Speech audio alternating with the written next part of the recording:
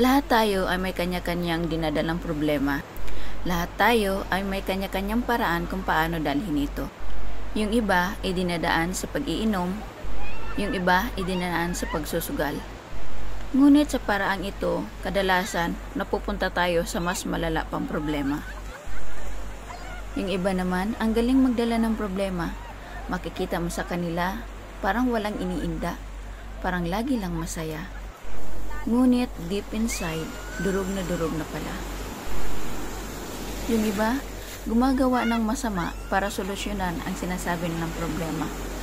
Ngunit, sa kasamaang palad, ito pa ang nagiging sanhi ng mas mabigat pang problema.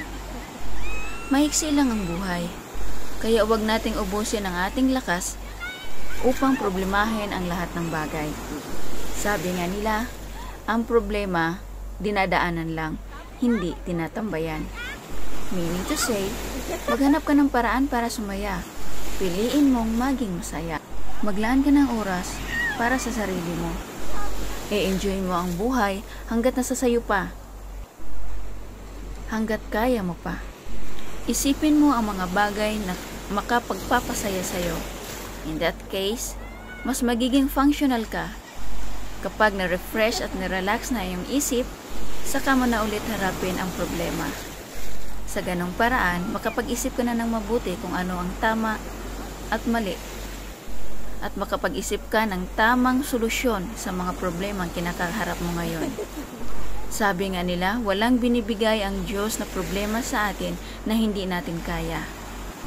Dahil ibinibigay ng Diyos sa atin ang mga problema na yan dahil may purpose. At ang purpose na yon ay upang ihanda tayo sa mas malaking blessings na kanyang ibibigay sa atin. Kapag nalampasan mo na ang mga pagsubok sa iyong buhay, makakamit mo at maaabot mo ang mga pangarap na iyong hinahangad at ang sarap lang namnamin ang mga yon.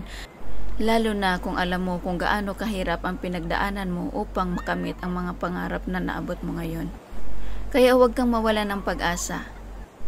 I-enjoy mo ang buhay kahit minsan maraming pagsubok.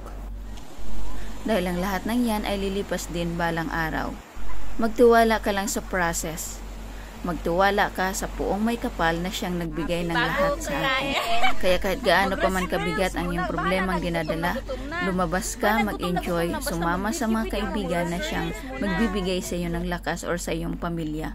Makipagbanding ka, i-enjoy mo ang sarili mo. Huwag kang malugmok sa mga problemang pinagdadaanan mo ngayon. God bless you, kabayan.